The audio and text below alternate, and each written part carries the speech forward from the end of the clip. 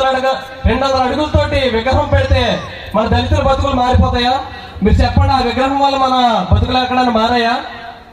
ఎలా మారుతాయి? విగ్రహాలు పెడితే బతుకులు మారుతాయా? ఆయన యొక్క ఆశయ స్ఫూర్తిని ప్రజల్లోకి తీసుకెళ్లి ప్రజలకు బాగుపడేలాగా ఏమైనా చట్టసభల్లో చట్టాలు ఏమైనా చేస్తే కదా మన బతుకులు మారాయి. ఈ రోజున మన కుటుంబాల్లో ఉన్న పిల్లల్ని కేవలం కేసులు పెట్టడానికి, ఎవరైతే వాళ్ళ రాజకీయ కక్ష తీర్చుకోవడానికి తప్ప ఎవరైనా మన యువత చేత పరిశ్రమలు పెట్టాలని ఆలోచన ఎవరైనా చేస్తున్నారు? ఈ రోజున ఎవరు చేయట్లేదు. అలాంటి ఆలోచన అక్కడ పవన్ కళ్యాణ్ గారు చేస్తున్నారు. ప్రతి యొక్క విద్యార్థి ఎవరైతే ఉన్నారో, యువకుడు ఎవరైతే ఉన్నారో వాళ్ళలో ఉన్న ఇన్నోవేటివ్ థాట్స్ బయటికి తీయాలి, వాళ్ళ చేత పరిశ్రమలు పెట్టించాలనే పెద్ద స్థాయి ఆలోచన పవన్ కళ్యాణ్ గారు చేస్తున్నారు.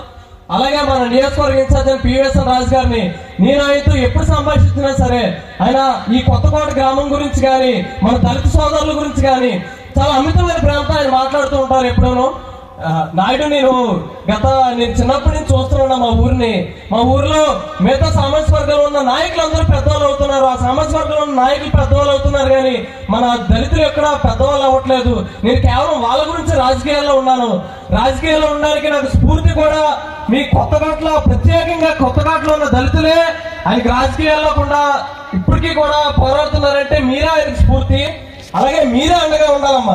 మీరు అండగా ఉంటే నియోజకవర్గం మొత్తం ఆయన వెనకాల కదులు. మన ప్రాంతం బిడ్డ, మన ముద్దు బిడ్డ, మన పివిఎస్ఎన్ రాజు గారికి ఒక అవకాశం ఇచ్చి అసెంబ్లీకి పంపించగలిగితే మన ప్రాంతానికి ఉపయోగపడే చట్టాలను ఆయన తీసుకొచ్చి మన బతుకులు మారే చట్టాలను తీసుకొస్తారు. అంతేగాని మన యువకులు కానీ మన కుర్రవాళ్ళు కానీ ఆయన రాజకీయ కక్షల కోసం పక్కవాడి మీద మీరు వెళ్ళి ఆడితో గొడవ పెట్టుకుంటారా, ఎస్సీ ఎస్టీ కేసు పెట్టేద్దాం, ఏమీ కాదు. మన హక్కుల్ని వాళ్ళ యొక్క ఇది కోసం వాడుకోవడం నాయకులు ఎక్కడ?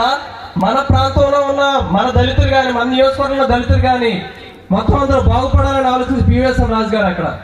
అలాగే మనందరూ ఆయనకి ఈసారి గాజుగ్లాస్ గుర్తు మీద ఓటేసి అఖండ మెజారిటీతో గెలిపిస్తామని తెలియజేసుకుంటూ జై జనసేన, జై భారత్.